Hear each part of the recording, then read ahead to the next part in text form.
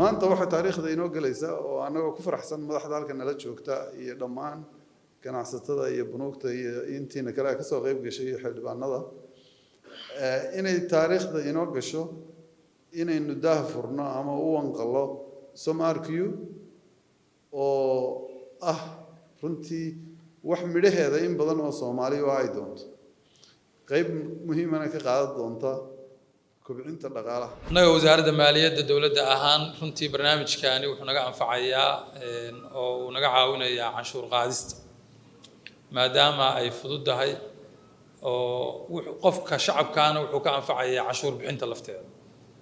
hadda qofka shacabka canshuurta aan ku leenahay marka loo soo jaro waxa ku khasban yahay inuu tago oo ama uu tago bangi uu lacagta ku soo bixiyo oo uu riskiga galo.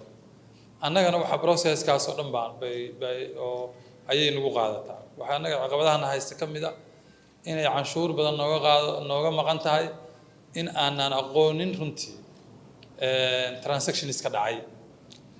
marka waxay reebaysaa raad oo aan annaguna canshuurtii ku qaadi karno oo ku calculate gareyn karno ku xisaabin karno.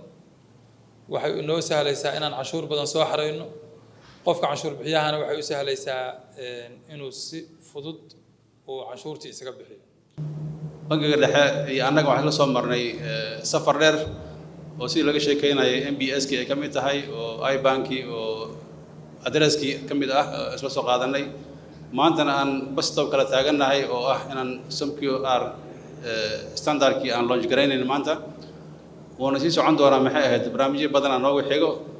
marka waxayna ku timid arrinkaas wada shaqaynta dhow ee ka dhaxaysa bangiga dhexe iyo bangiyada gaarka loo leeyahay. xaqiiqatan meesha aan marayno meel lagu sheegi karo hadal kaliya ma aha. waxaan naqaati karnaa xitaa xafladan qaabaqaabadeena qayb ku lahayn oo aan ka wada shaqaynayno oo nala tashanayay oo meesha waxa ku habboon yihiin markasta aan taladeeda ka bixinaynay. marka wada shaqayntaas bangiga dhexe iyo bangiyada gaarka ayaa lagu soo gaaray.